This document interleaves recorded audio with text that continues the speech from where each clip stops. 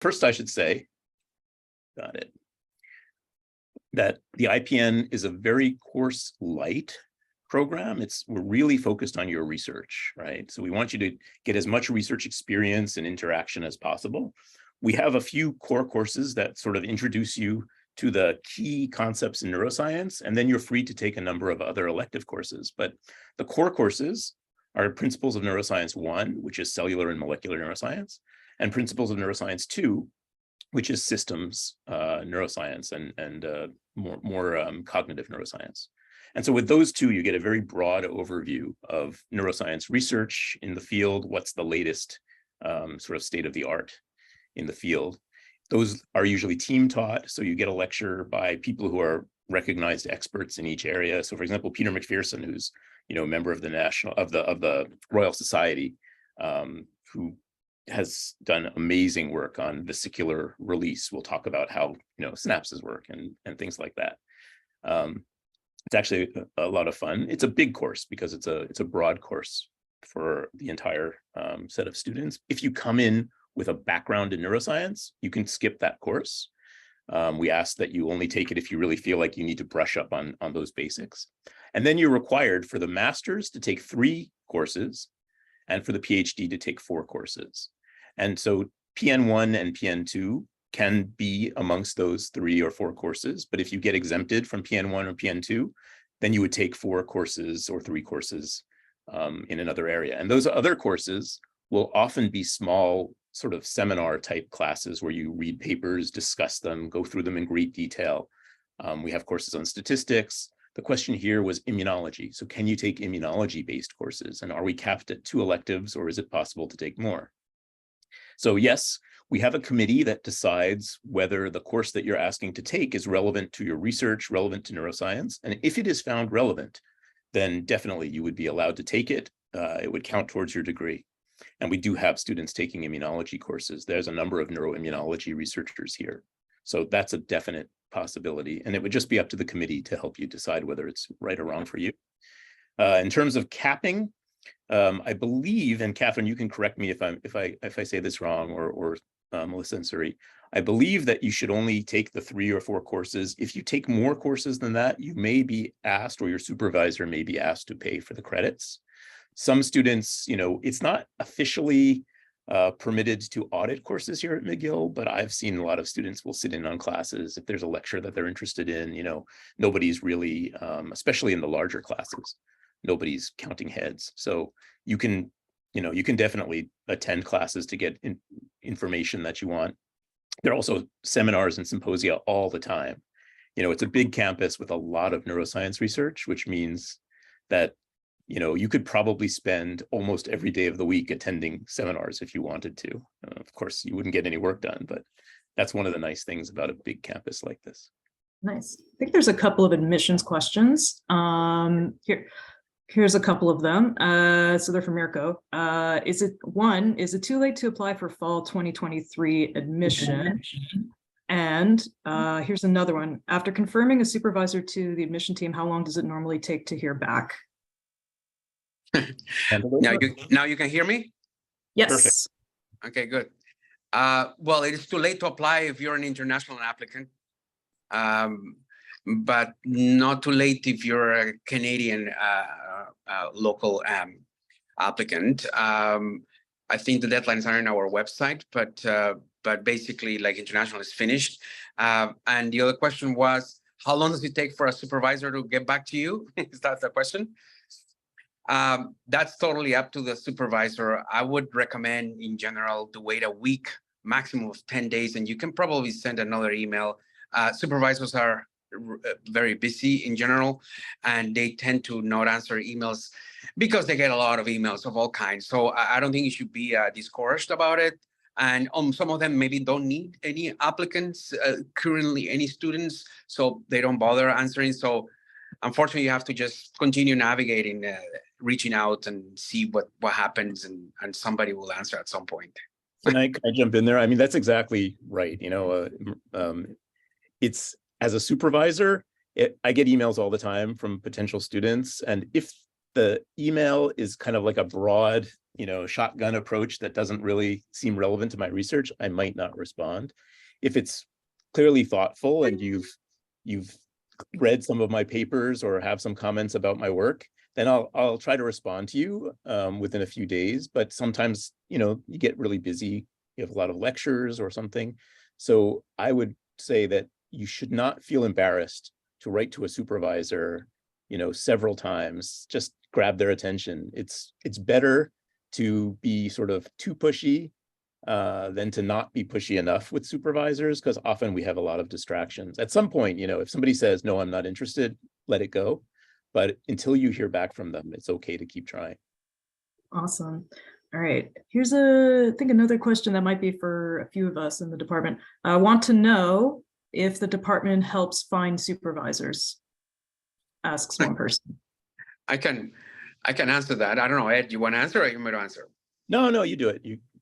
I mean, better. I don't think we have we don't help you find a supervisor, definitely. All we can do is give you advice, and that advice is actually in the website, and it teaches you or gives you some direction how you can approach them. Because at the end of the day, the decision is from the supervisor and your decision, of course, of the applicant. So that's why perhaps we don't offer that. I mean, no, it's not something that we offer. Yes. I would just add two things. One is that we do have, on the website, I'm sure you've all seen it, a list of all the supervisors, and sometimes with special annotations for supervisors who are currently accepting students. So, at least that information is there. So you can go to our website and look for the supervisor database. But it's true that we're not going to hold your hand and contact the supervisor for you. You're kind of on your own for that. The exception might be in the case of the China program or the rotation program, where we're a little bit more proactive. We try to encourage students to still do it on their own, but because those are smaller programs, we're able to intervene a little bit more. Great. Here's a question, although I don't think we can answer this one. How many people are in the wait list? I don't think we can tell you that, unfortunately. This is probably a rotation. Is that a rotation question? I cannot tell if that is a rotation student. I think that's my fault. So for this year, we had a very large number of applicants to the rotation program. So nearly 50 applicants. We can only take 6. So it's going to be very competitive.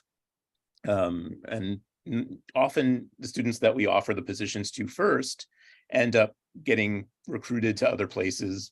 We've lost students to Berkeley and Harvard and Stanford. And so the fact that we have, made 6 offers doesn't mean that we're going to be limited to those. However, there's more than a dozen students who are on the wait list. And so I would strongly urge you that, we will reach out to you if a position comes available. Especially we try to replace, if someone, is interested in human brain imaging and drops off the original invite list, we'll try to search for someone on the wait list who is also interested in human brain imaging. So we don't have everyone trying to work in the same lab at the same time, right? The rotation, we kind of help you find the lab, so it needs to be broad.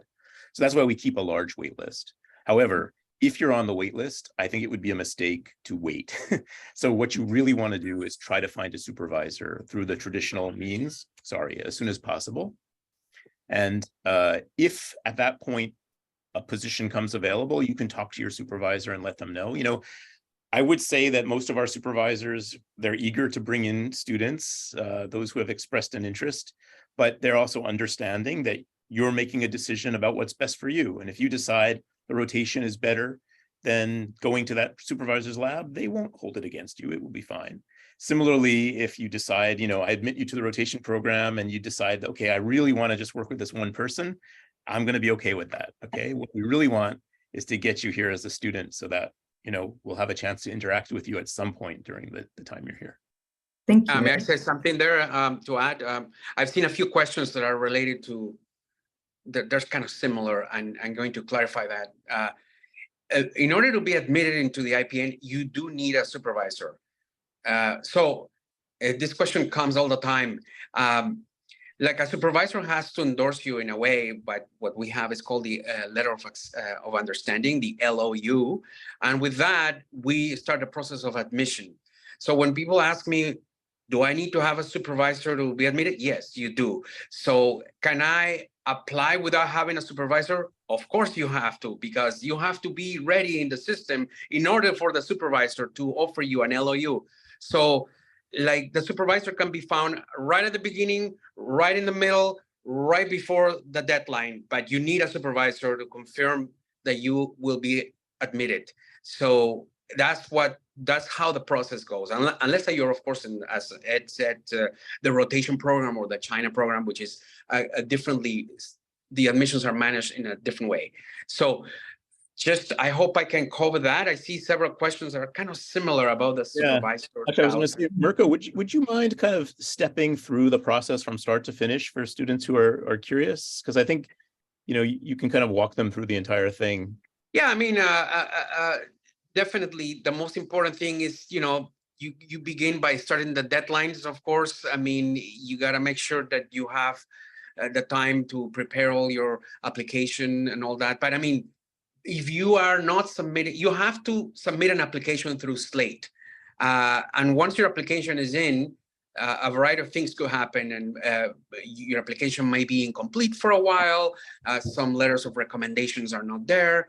But what you should know is that we will review those applications that are complete, that have everything. So if you're not complete, if your application is not complete, it will stay in a waiting materials bin, and we won't look at them until we know they're complete. And once they're complete, they go into a different bin where they will be reviewed by the IPN supervisors and by myself.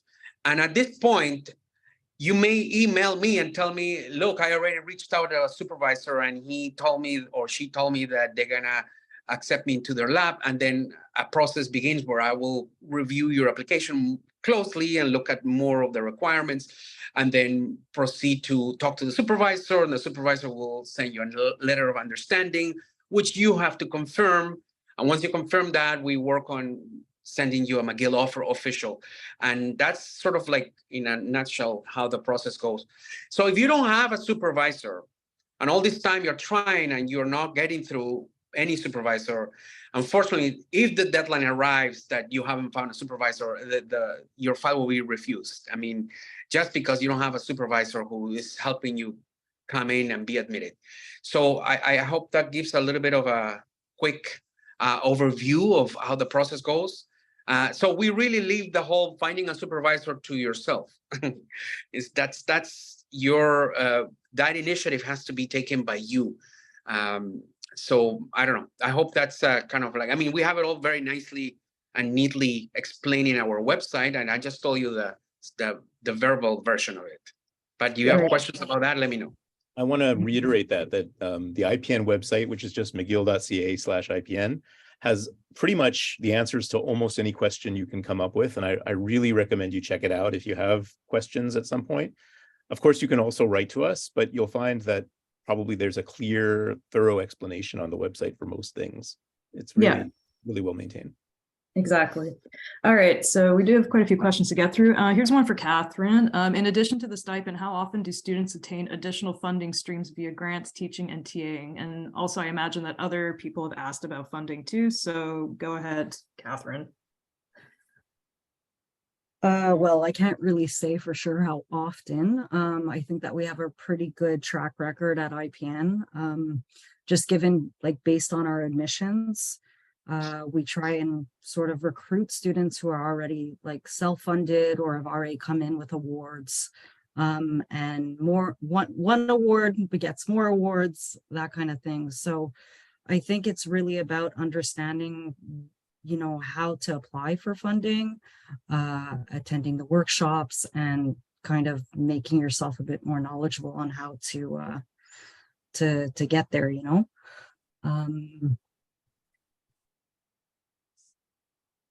Yeah, a large fraction of our students do have awards, right? It's probably close to 1 in 3 that have some kind of support, either internal or external. Is that right, Catherine? It's an estimate, yeah. I mean, it's high at IPN, just given the fact that I think over the years we've, once we started having Vaniers and CIHR and like quite a successful funding program, it became sort of a place or a hub for awardees. I'm sure So- there's actually a lot of questions about that kind of, funding and stipends. Maybe I can talk a little bit about that too.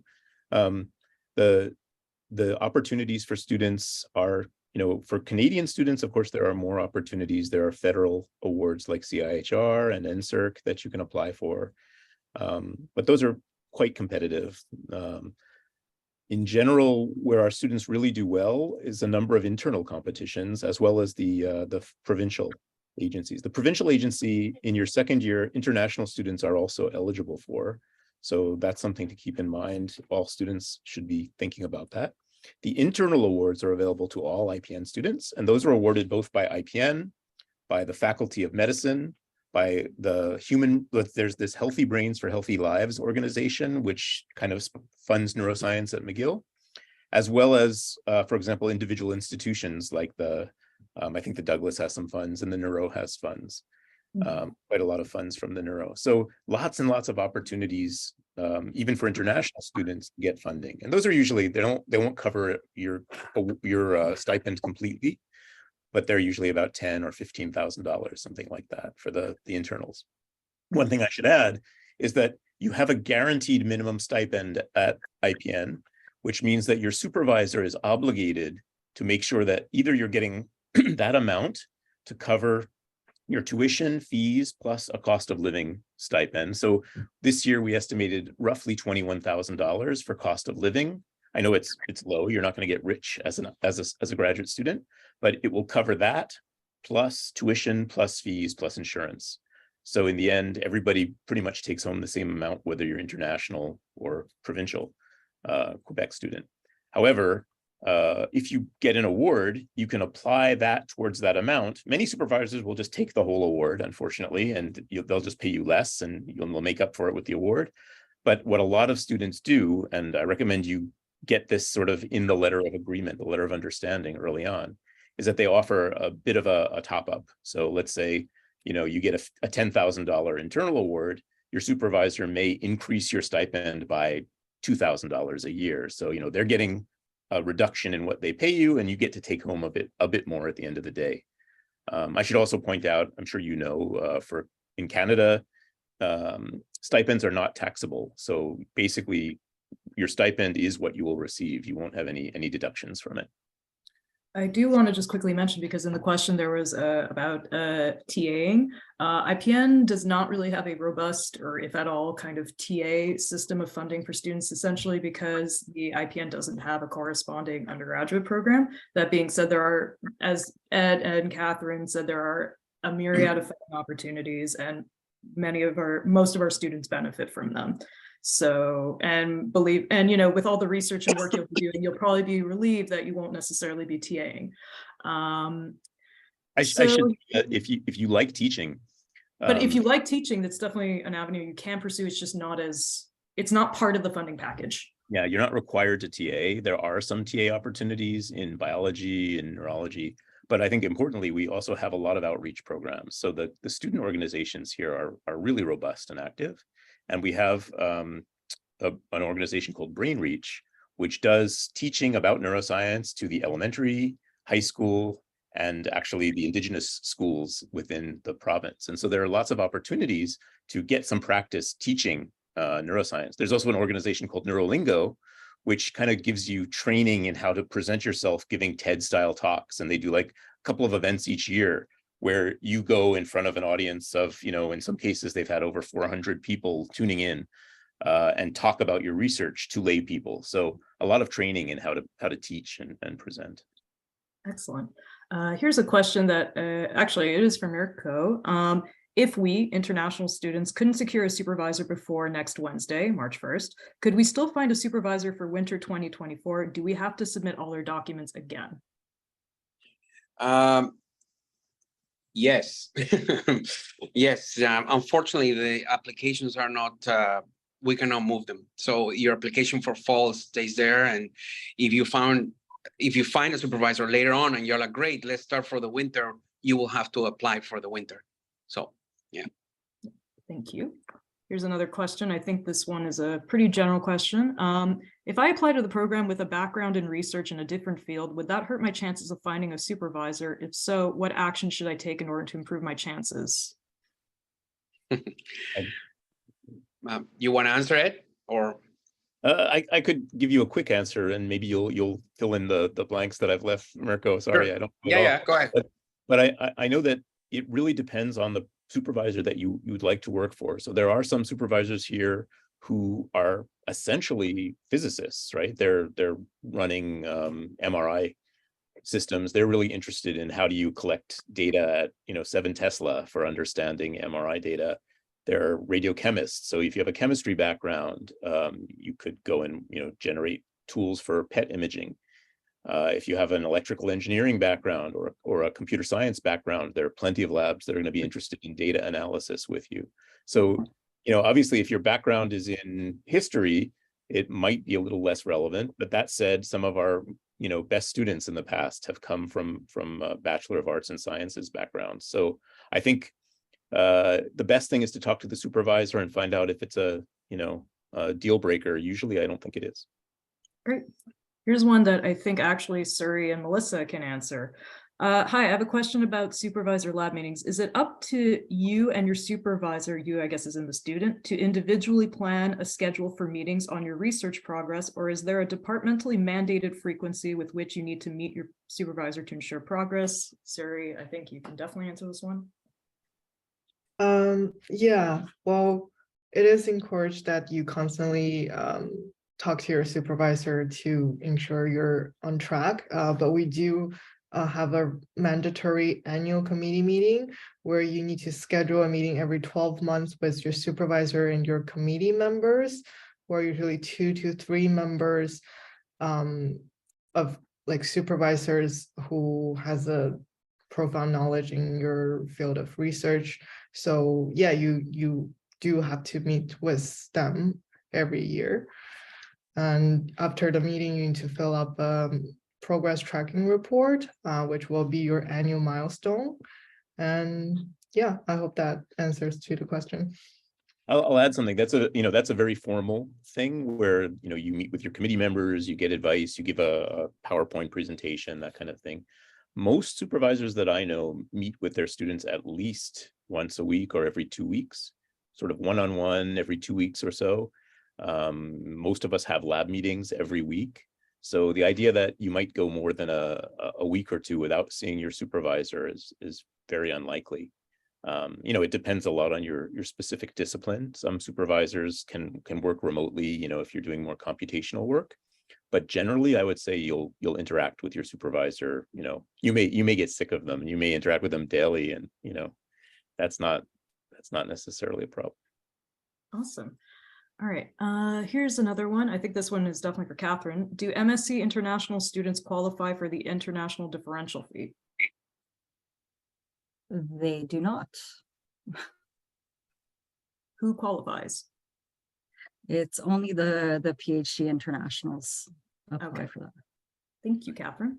I should say if you do your master's and then transfer to the PhD, then you would be eligible for you would automatically, if you successfully do your candidacy, you would automatically get the differential fee award. So it's a couple of years in the master's where your supervisor is going to have to chip out the extra money, but then you would basically join the population that's getting the award.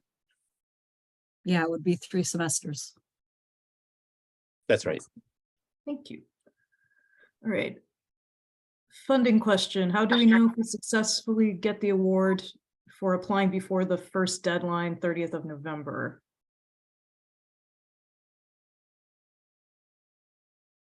Okay, so I should explain a little bit about this first Yeah. deadline, this priority deadline. In a sense, I don't think you should pay too much attention to it. The priority deadline was intended to give really good candidates a chance, who are really interested in McGill, a chance to bring themselves to the attention of ourselves and our supervisors. And, it would give us a chance to say, hey, this student is amazing. We've got to try and recruit them. Let's offer them a recruitment award, something that we can do. or nominate them. This year we're nominating students for very generous recruitment awards, which kind of helps sweeten the deal for really great students. And it was really a chance just for us to go through your file before the barrage of additional files came in. But in fact, in terms of eligibility for things, nothing changes. As long as your application is in, I guess for international, it's too late, but for Canadian on time, then you'll be treated just like all the other students. Excellent. Thank you. Here's another question. Can we have co-supervisors? And if so, could I find my second co-supervisor after the deadline? Sure. I was going to Yes. answer. Yes, exactly. Yes. I mean, as long as it's before the beginning of the term, I will say, right? I think even, you can even change. Even after you can. later. Yeah, even after, right? You just ideally want to do it sooner into your program rather than later. Well, yeah, you don't want to Sure. be Yeah. delaying it for no reason. I saw another question there. Yeah, let's see. It looks like it's been answered, but here, if you, you answered it in the chat. I don't see any. Oh yeah, here's one. Can you explain the difference between the priority application deadline and the final deadline for Canadian students? I am still confused about this. Thanks. I think we may have answered that, but just to reiterate, ignore the priority deadline. Yeah. It's passed already anyway. But in fact, if you apply in time for the deadline for Canadian students as a Canadian, you will have full access to everything. Okay, here's one from Noah. I asked this earlier, but seems to have been missed. For current McGill International students, is the deadline to confirm a supervisor still March 1st or July 1? I believe it's March 1st, right? Yeah, March 1st. I answered Okay. already too in the text, in the chat. Okay, March 1st for all internationals, March 1st. thank you. All right, let me I see want what- to add something there, which is that, if your supervisor, you're close to a deal with your supervisor and for whatever reason, they're unable to get you the LOU on time, please don't just say, oh, March 1st came, I've got to give this up, walk away. There's always a little bit of flexibility on that, but obviously if you haven't contacted us at all, if there's no interaction whatsoever. So I'm thinking the rotation students, you guys, I gave you until March 15th, so you've got a later date, but in general, that March 1st deadline will apply. I just want to say that, in a case where it's clear that you and the supervisor have come to an agreement, you really want to work together, we're not going to turn you away. Exactly. All right, here's one. Hi, I've applied to the, whoops, let me just scroll up. Hi, I've applied to the IPN rotation program, and this week I was informed that the supervisor deadline may be extended by, we just talked about this. Be extended by several days. The deadline will not be extended anymore, ? And if I find a supervisor, I would need to resend all my documents again. I'm sorry to ask these things. Try to meet the deadline if possible. As I said, if you've got a supervisor who's willing to go to bat for you, then, we can make accommodations, but in general, it requires extra work and extra requests on our part. So please try to come in on time. In terms of finding another supervisor, no, it's okay. I mean, until the deadline, then you can keep changing, you can find a new supervisor if you need to. You'll have to obviously explain it to your other supervisor. We want you to take this letter of understanding seriously. After the deadline, I guess you could discuss it with your supervisor. What I want to emphasize is that we don't want you to take this lightly. It's actually pretty serious, these deadlines, but it's also the next, in some cases, the next 5 or 6 years of your life. So you shouldn't feel like you're trapped, we want you to have the most successful, happy graduate training you possibly can. So if you discover last minute that you can get into the lab of your dreams, go for it. Don't let us stop you. Yeah, exactly. Here's another one. I'm a domestic student from University of Western Ontario, have 2 bachelor's degrees in science, 1 honors specialization, a specialization in biology, and post-degree diploma in clinical trials management with a GPA of 3.91. How does IPN admissions committee evaluate my transcript for admission? Well, that's like a very we'll have to look at your whole application, and we will put more emphasis in the transcript that was previous to the one. Let's say if you're applying for a PhD, then we'll look at your master's, the last master's. But in general, we look at all the transcripts, all of them. So it's kind of hard to say that I will look at all the transcripts, all of it, aside from your letters of reference and everything is looked at carefully. Thank you, Mirko. If our scholarship covers 4 years, but there is a chance probably that we cannot graduate on time or need an extension, can we apply for another scholarship, or do we have to self-fund, or would the supervisor help? So I want to make this very clear. You're never self-funding, okay? With the very rare exception of some of the international programs that are run off campus, we require the supervisor to pay you at least the minimum stipend on our website. You can go see what that is. For international students, it's something like 44,000 for PhDs. It will cover those expenses that, your tuition, fees, health insurance, and this $21,000 living expense. You're never expected to pay that out of pocket, and you shouldn't take out loans for it. Your supervisor is obligated to pay you that as long as you're in good standing in the program. Now, if you don't show up for lab, if you fail your candidacy exam or your committee meetings, you're not going to be in good standing. You won't get your stipend. But barring something like that, if you commit to do your degree in IPN, we will make sure that you get this stipend. Now, if you get a fellowship on top of that, you may be able to take home even more than that. And in fact, you can even negotiate a bit with your supervisors, potentially even on a yearly basis, telling them, I'd like to, I feel like I'm doing an amazing job. Would you be willing to pay me another $2,000 a year? Many of them will be like, sure, let's do that.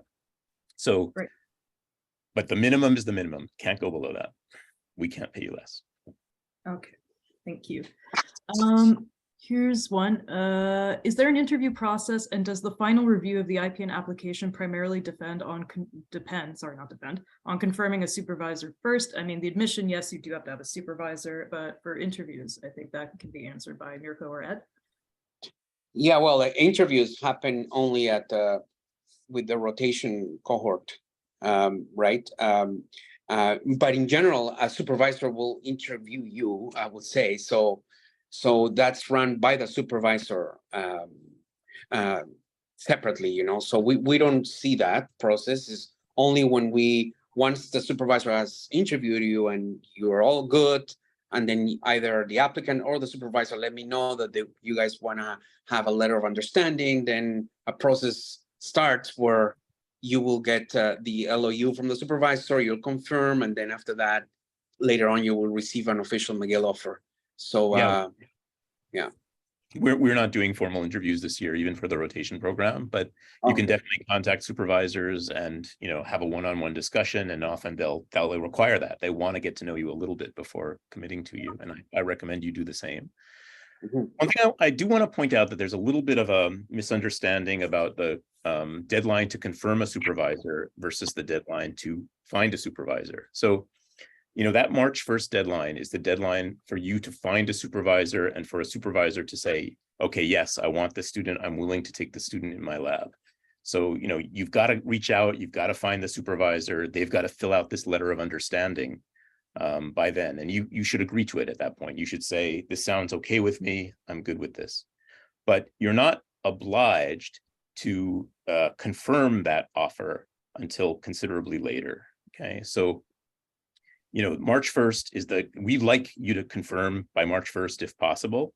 But if you've got a letter of understanding from a supervisor, then you can take a little bit longer. The university will allow you, and maybe Mirko has some refinements on this, but I think the university will allow you considerably longer to actually confirm that you're coming, that you're going to register for McGill University.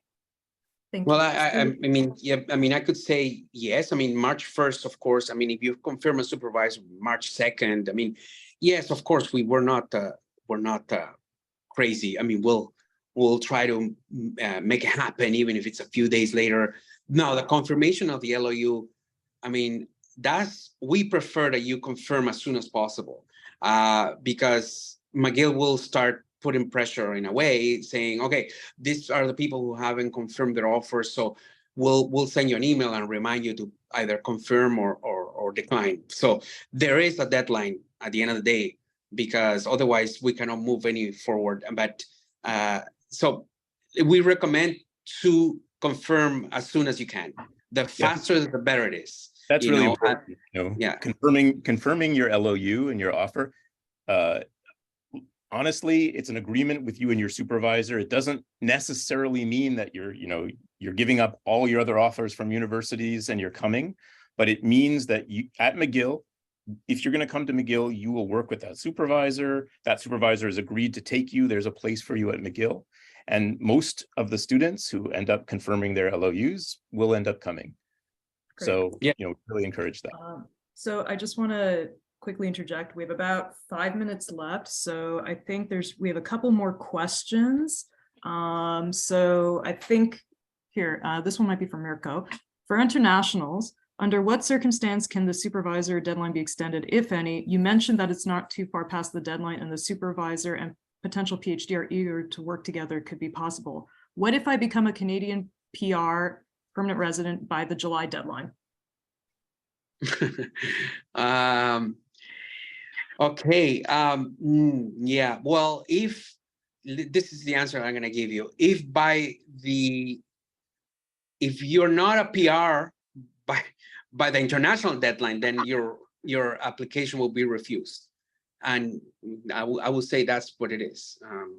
Obviously, if you become a PR a little bit later, but that's difficult. I think you will have to email me at that point. But I would also say that it's really not something to guess about, because often you think that you're going to be able to get that PR right before the deadline, and it doesn't happen. We've seen many cases like that. So go by the March 1 deadline for sure. Yeah. Best by follow the deadline, and if you haven't, those are very, very difficult questions to answer, like straightforward. You will have to email me, and then we'll talk in that sense. I just wanted to answer that question about can you Adriana, can you read the Joe Abramovich? He has a question about changing supervisors. I think that's something that Ed should answer. It's a little bit higher up. Okay, if you commit to a yes, supervisor, if you commit to a supervisor, okay, and this will be the last or second to last question because we'll have to wrap it up. If you commit to a supervisor who agrees to sponsor you, but you end up in the program, there's another PI who also has interest in you, is it at all possible to switch supervisors after you're granted admission to the general IPN? I mean, I wrote that it's possible, but you need a strong justification, right? Yeah, that's right. Yeah, I think this is really between you and the supervisor. That letter of understanding is basically the supervisor committing to you, saying, I'm going to put funds aside to be able to pay you as a graduate student. And so if you decide not to join their lab, well, they'll get the funds back, right? So it's not terrible for them, but they've got projects, they've got a whole bunch of things that they're depending on you for. They've given up other students to be able to accept you. So they're not going to be thrilled. I mean, they'll get over it. But obviously, it should be treated as a serious agreement, a handshake, a gentleman's agreement kind of thing. There's not a legally binding component there. But obviously, you'll be interacting with that supervisor over the years. So you want to make sure that whatever you do it respectfully and responsibly. But it's your life. In the end, if you find a lab that you just decide, oh my God, I wish I knew about this before. This is perfect for me. I want to be here. The supervisor wants me. We're not going to stand in your way. And I'm sure that your other supervisor who you originally signed on with will be happy to see that you found something that, brings you joy. Just, be respectful and make sure to let them know as long ahead of time as possible. Don't delay until the last minute because you'll kind of be screwing them over. Yeah. So last question, because unfortunately we are going to run out of time. And having said that, absolutely reach out to us if you have any more specific or point questions or if your question wasn't answered. But here, last question. What does the July 12, 2023 deadline refer to on the IPN website? That is the deadline to find a supervisor for Canadians. Thank you. That's it. Great. All right. Well, I'm going to stop recording now.